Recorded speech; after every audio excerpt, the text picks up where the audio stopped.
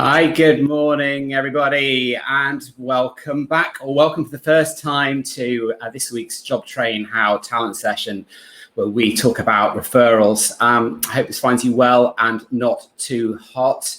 It's absolutely sweltering here at Jobtrain HQ. So if you can hear a little bit of background noise, it's because I've got a fan on me, because in this little office, it's just like an oven. So can everybody hear me okay, first of all, before I continue? Just a quick yes or no. Brilliant. Thanks, Keris. Thanks, Jules. Thank you, everybody. Brilliant. Right. So referrals today. Before I bring Dave on, I thought I'd start with a few stats, really, like a good stat, and why referrals are so important. So just a few headline stats here. First of all, return on investment. Referrals are very, very powerful around this. So a source from Career Builder said 82% of employees rated employee referrals above all other sources for generating the best ROI, return on investment. Time to hire. According to a survey by Social Talent, the average time to hire for referrals is 29 days versus 39 days for candidates from job boards. Pretty impactful too. We'll explore that.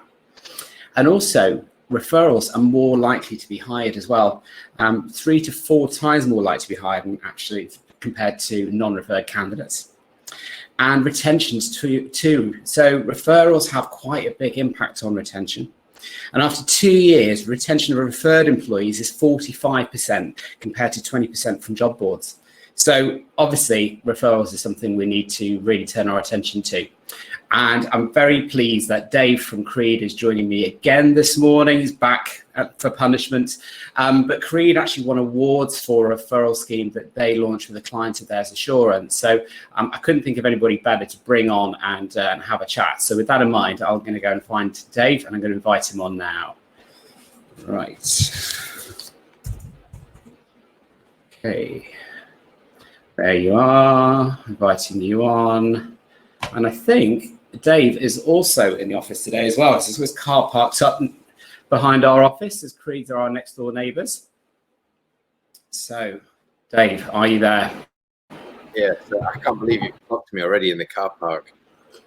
Stalking you. Yeah, I'm a sneaky day in the office today. I am the only person in here. We've need somebody to come in and help with some router issues.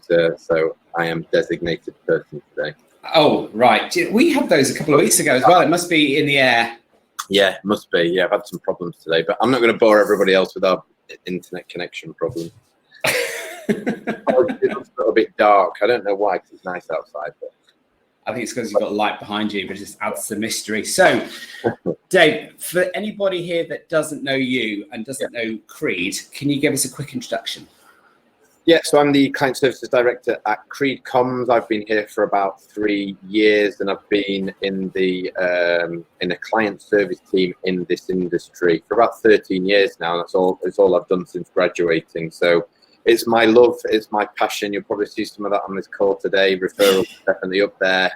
Creed Comms are a how do we want to call it? An employer branding, talent attraction, and employee comms agency. So we help businesses of any sector, any industry to help with whatever their challenges may be. And obviously we're talking referral today, and that is a challenge for many, or I guess that falls in kind of 2 buckets that we do. No, it falls in all 3. I think that's going to be interesting today. Referral definitely falls within employer brand, within attraction, and within employee comms. So what to cover today, Giles? Right, with that in mind, let's get started. So I have already introduced a few headline stats around why referrals are important, but from your perspective, why, where do you place the value of referrals within a TA strategy, and why? Yeah. Interestingly, Giles, made me laugh when you started with some stats. I've got some broad kind of figures, I suppose you'd call it, that kind of echo yours. So we've done some research ourselves with our own clients, but we've looked at research from Harvard Business School, Personnel Today, etc. And you tend to find that referrals cost less, the people stay longer, and they tend to perform better. So yeah, don't just take Creed's word for it. That is public information out there. So I think that's all important. And I guess if we're on the call today, we'd probably expect that to be the case. Otherwise, we wouldn't be discussing this. But I think there are wider implications here. I think there's how can you showcase your employer brand and your values and your culture in an interesting way. I always think referral is a really cool way of being able to be a bit more creative internally, whereas sometimes you can be, depending on your brand and depending on marketing and restrictions, etc., you can be a lot more creative internally and have a bit more fun with it. And I think that tends to be the trend that at least I've had with most of the clients that I've helped. Yeah. It's, You raise a couple of interesting points there. So the first is the approach around referrals. So when we think about referrals traditionally, we think about the who do you know that might be good to work for our company type approach. And it's very specific around either a general talent need or a very specific job or position requirement that needs to be filled. But actually, we probably should be opening our minds up to thinking about referrals in quite a different way. First off, in terms of actually the people that work within your organization are probably your most powerful marketing asset. Because in any type of marketing, and referrals or recruitment advertising, it is marketing ultimately. And what you want to do or need to do is to reach as wide and diverse an audience as possible. And this is where your employees come in, and this is where they can really help. So we think about our social networks, for example, whether it be professional ones like LinkedIn or Facebook or Instagram or what have you. I think on average, people have about, I don't know, maybe 400 connections, something like that. So what that means is, in terms of reaching an audience, is if you're an employer that have, let's say, 1,000 people working for you, that potentially means that you have access to potential network size through your employees of 400,000 people. And that's really powerful, isn't it?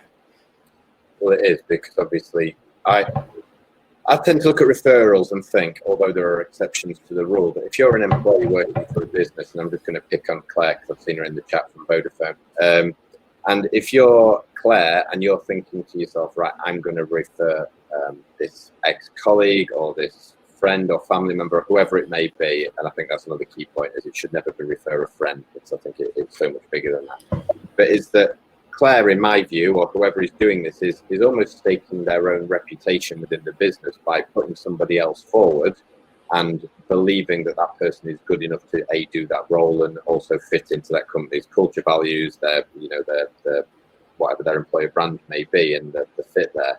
So I think you tend to find that if you launch a referral campaign, you'll never get tons and tons of referrals coming through. You tend to get really well thought out referrals where people have actually thought about the person and their fit and then how they and could they suit that job. So I think actually you tend to get less spray and pray from people using referral programs. It tends to be much more well thought through. And therefore, that's why I think you're getting this better retention rate, better performance, and probably a quicker time to hire as well. Yeah. So we've established here that there's a new way of thinking around referrals, and that is essentially engaging all of your colleagues to start sharing not just jobs with specific people, but workplace stories, roles with their entire network. And that then brings you or gives you access to a far more diverse pool of talent, rather than potentially, if I'm, Bob working within Jobtrain, there might be a tendency for me to look for somebody that looks a bit like me. And ultimately that has quite a negative impact on diversity. Also, I think with referrals, we'll sort of move on to we'll start to talk about what employees might want from a referral program. And this is where I sometimes get my soapbox a little bit. I think that the old model of almost like a bonus if somebody joins the organization after their probationary period is kind of unfair. And I don't think it encourages the right behavior and that kind of thing, because ultimately, as an employee or a colleague within an organization, I have little or no influence whatsoever on whether the people I refer are likely to get hired or not. There's so many different variables there, and also whether they're going to stay after the first 3 months. Yeah. Even if you got a recruitment agency in to manage your campaign, if you like, they potentially get at least a retainer or something on a shortlist sometimes, or they at least get their fees when they play a person's place, not 3 months or 6 months into the probation and that kind of thing. So I think we need to re-examine quite carefully how we reward our colleagues for generating referrals or sharing our workplace stories. But I know that you've been through processes quite specifically to look at how to understand what employees want from a referral program, what's going to motivate them, what's going to incentivize them in some kind of way. So talk me through that. Yeah, no, good point. So I'm going to be banging a Creed mantra here, but we talk about audience, message, and channel, and we talk about that from a, whether you're in marketing, or whether you're in recruitment marketing, we're still all marketeers here. We're just marketing jobs, and that mantra of audience, message, channel is really important. Who am I speaking to? What am I saying? And then where do I put what I'm saying, and how do I attract those people the best, or market that message the best? Oh, makes sense. What's been historically missing from referral programs, certainly in my past, but then in a lot that you see and in judging awards and all this kind of stuff, is people haven't considered the audience. I say it's dead easy. If you're an agency and you've got a creative department, it's not the hardest thing in the world to come up with a really creative idea to launch something, but that's all great. But what does it mean? Where's it been born from? And actually, what's going to happen on the back of it? So I think you've got to go right back to audience, and I mean, I could do a whole 30 minutes or more with on Ashore and the monsters and the talent spotters, as we called it. But what we did for them and what we do for every organisation now is actually go to their people. So we're doing it for Iceland at the minute. We send a survey out and we say, right, we're going to be launching or relaunching our ERP. And this for one for somebody listening might be, we are launching an ERP because we've not got one. Now, what is it that you're looking for? Are you interested in being remunerated financially, or would you like to have something that involves a charitable donation, or money goes into a pot to win a bigger prize? So first of all, what are you interested in there? How would you like to refer is a big question. So do you want to be able to do that on a phone, on a website? Do you want to fill in a form? I don't think anyone wants to fill in a form, but you've got to ask those kind of questions.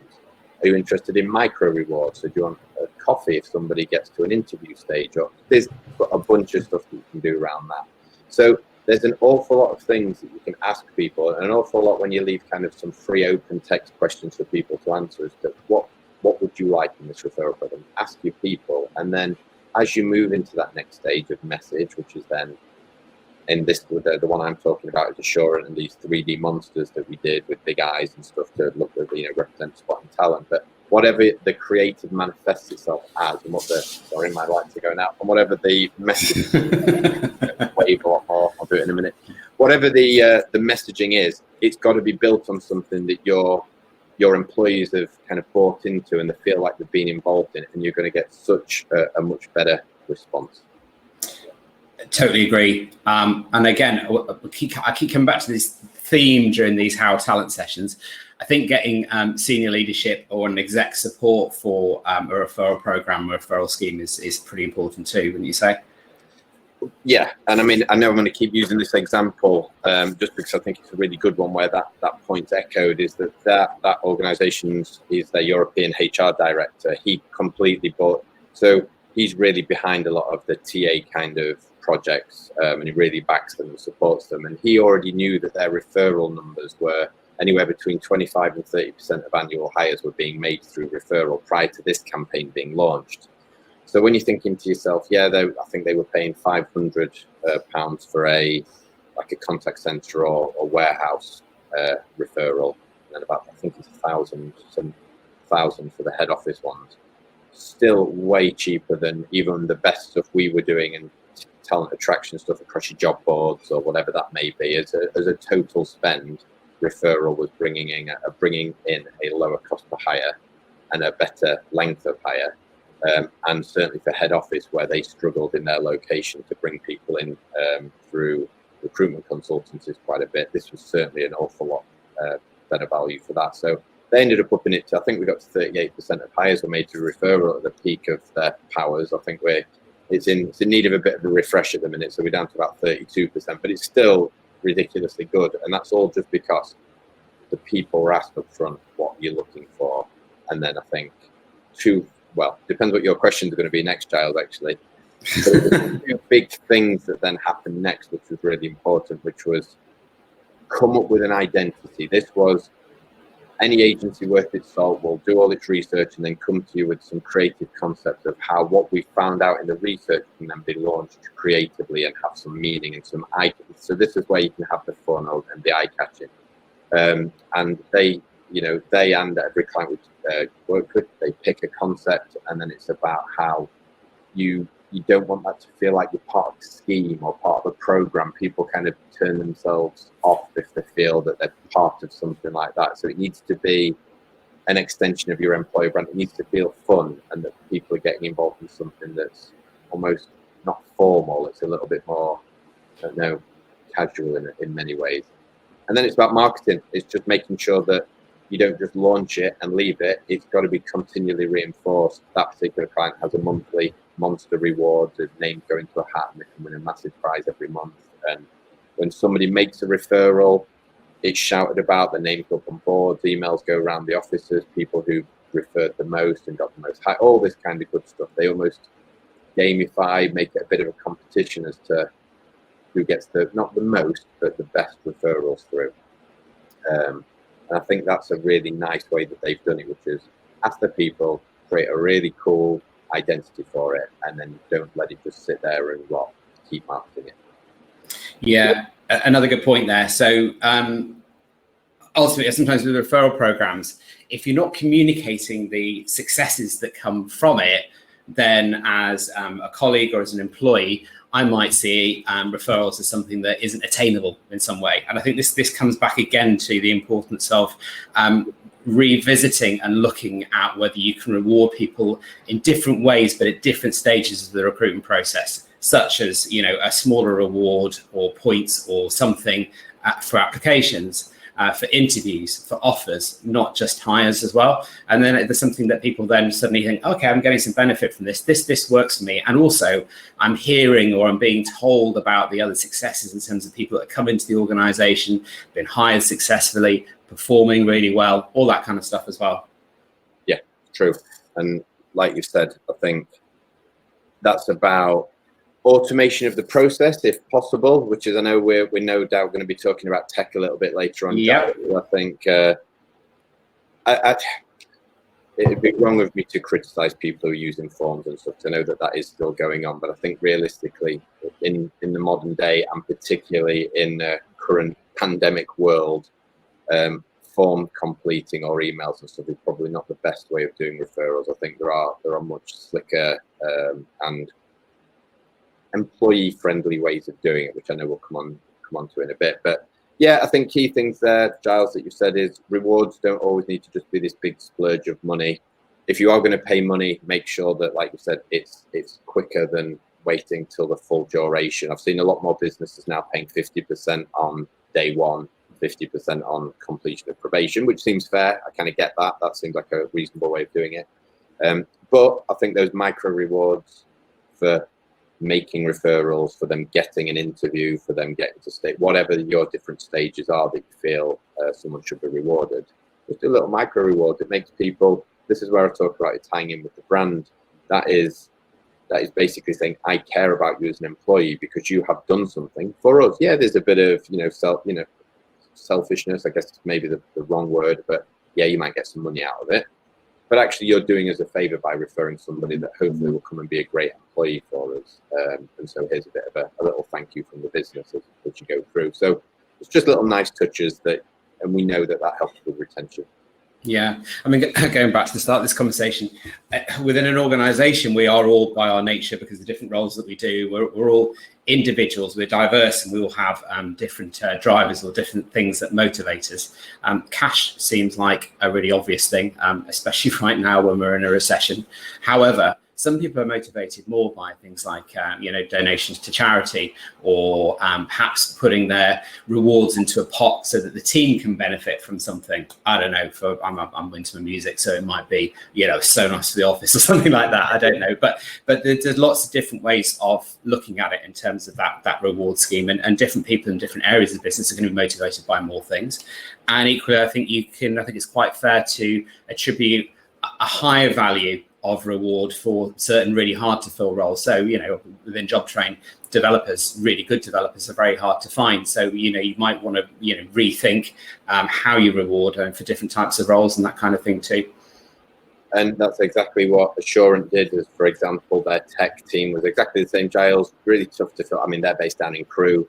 It's not a massive hotspot for kind of developers and digital people down there. It's commutable from places like Manchester, I guess, and Birmingham, but it is in a bit of a funny location. So they did exactly that. They doubled what the reward was. So if somebody brought in a person, of a senior level in their tech team and their IT department, and it worked.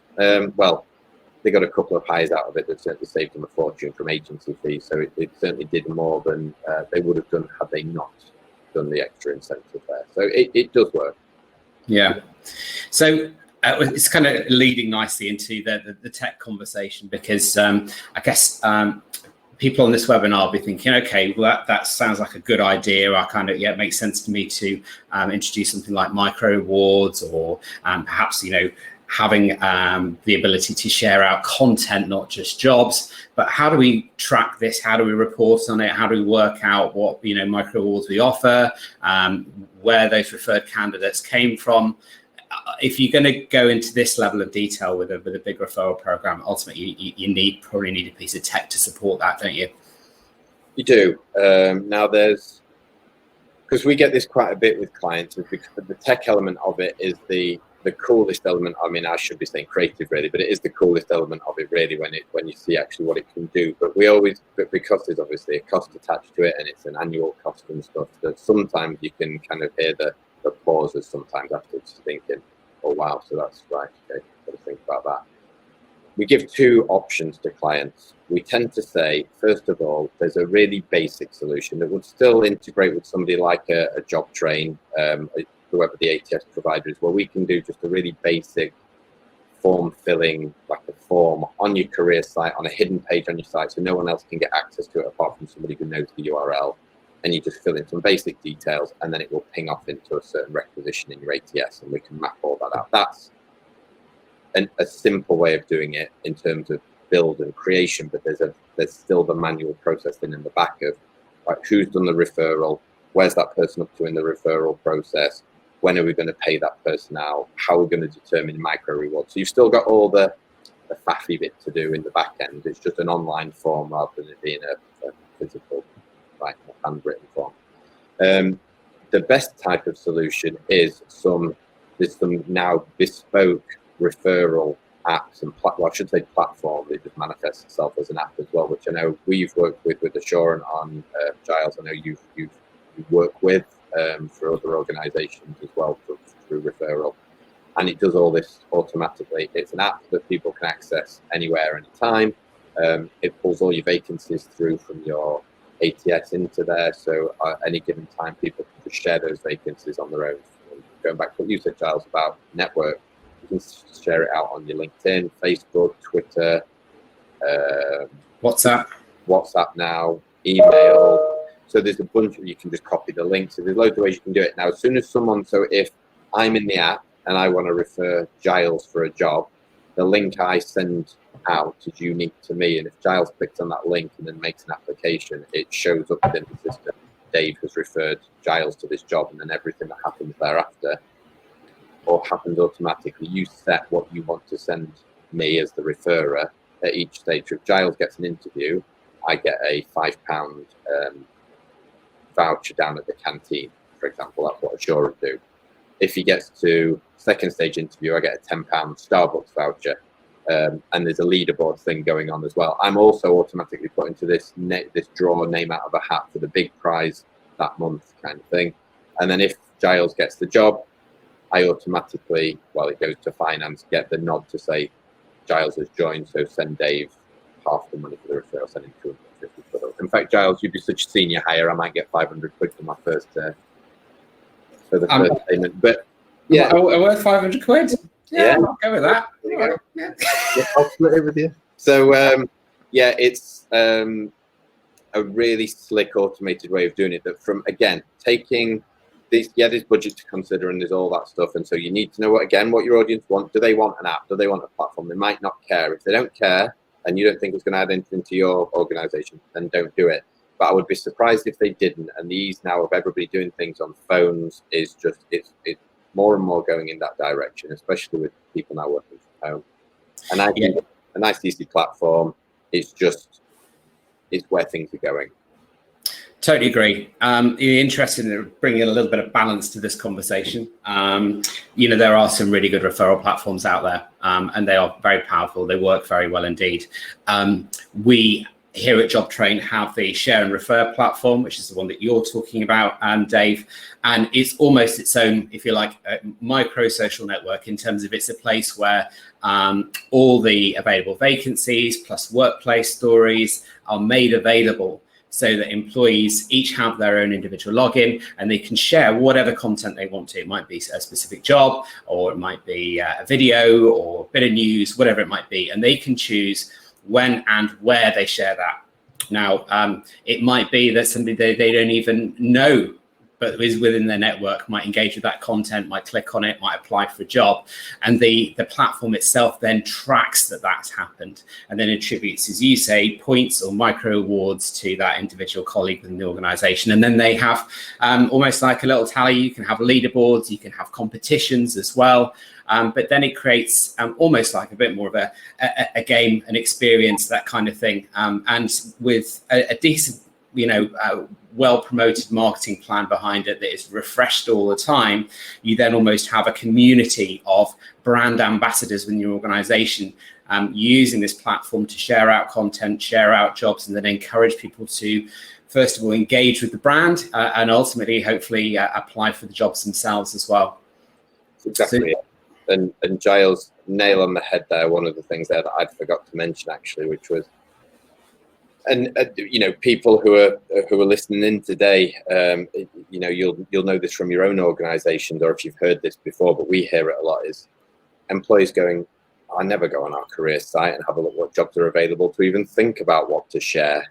So I don't know what's available, so I don't know who I'm going to refer a job to. I'll be just thinking, oh, I like working here, so I want to refer Bob.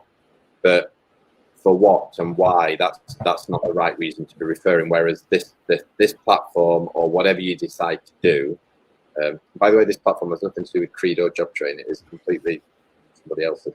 But is just make sure that it's easy for them to do. That's the key thing. It's got to be easy. And if they can see all the jobs that are currently being advertised, they're much more likely to be able to look at it and go, oh, that's interesting, I'm going to share that. Particularly in a time like now where there's we've seen all the numbers today on unemployment levels, and we've apparently just hit a recession and all this kind of stuff. And people can see that there are organisations recruiting out there and people are sharing jobs and stuff. That can only help change the rhetoric, I guess, out there. Yeah, absolutely. And I can see a message from Lee there. Does Jobtrain provide this type of app? Yes, absolutely, we do. It's called Share and Refer. It's a platform in its own right, but connected with Jobtrain. So it'll then consume all the jobs within the Jobtrain ATS and then obviously have them on this site.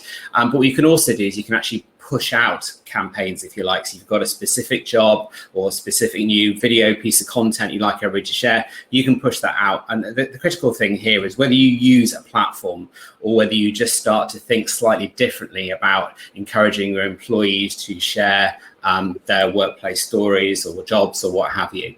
Make it as easy as possible, as you said, Dave. You can send that out, a quick link, whatever it might be, so they can share it out on social networks, WhatsApp, that kind of thing. It's just about making it easy and also it becoming a really positive habit, if you like.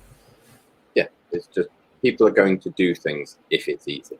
And we're talking to the masses, and we're talking to busy people often, or we're talking to people where referring people for jobs doesn't even come into their mind 9,999 times. Do you know what I mean? It's just not on their radar. So when they do decide to do it, it needs to be easy, because what you don't want to do is people jumping through hoops. Yeah, just that, and that may be the case why referral numbers aren't always the best in organisations, especially if, and again, apologies if this is where some of you guys are, but the amount of businesses that we start working with say, yeah, we've got a referral program. We just put some posters up around the office and it says refer your friends for 500 quid or whatever. And that's it. That's their campaign. And that's why it's not working, basically, because you've got one, but you're just not doing the right thing with it. Brilliant. So revisit the whole idea of referrals and how they're managed. Talk to your people. Ask them what they want from a referral scheme. Give them a sense of ownership from it. Get some exec level support, get a really solid, engaging marketing plan behind it. breathe life into it, but revisit it and keep it going. For the critical things that I'm hearing here, and encourage your employees to start sharing away with their social networks, and then reach as wide an audience as possible, and then encourage really diverse referrals. Yes, sorry, I'm waving around again in the office. That's all right. I can see a quick question from Lee in there. Cool, thanks. Where do I sign up? We'll be in touch with you on that one. Yeah. And Lee, your point there about it being frustrating, it is frustrating as well, because a lot of businesses, especially at a senior level, just don't see the value in it necessarily. And I think sometimes, if you need any help or anyone needs any help on things like the impact that defining a referral program to give it an identity has in terms of what numbers that kind of those apps kick out. But also, I think the other bits are the cost for doing a quick survey to the organization and then coming up with some creative ideas as to how to launch it. That's where that doesn't cost a great deal. And then it's at that point you can go to some of the senior people within the business and say, right, look, our people have told us this, and look at these great creative ideas that we've got how we could bring this to life. What do you think? Then you're kind of not going in with a blank piece of paper or an idea of a proposal on a Word doc. It's actually, you've got something really good that you can go and show that actually brings it to, because sometimes they don't know what they don't know, and you've got to sometimes see it to kind of to bring it to life a little bit. I think that's really, really good advice.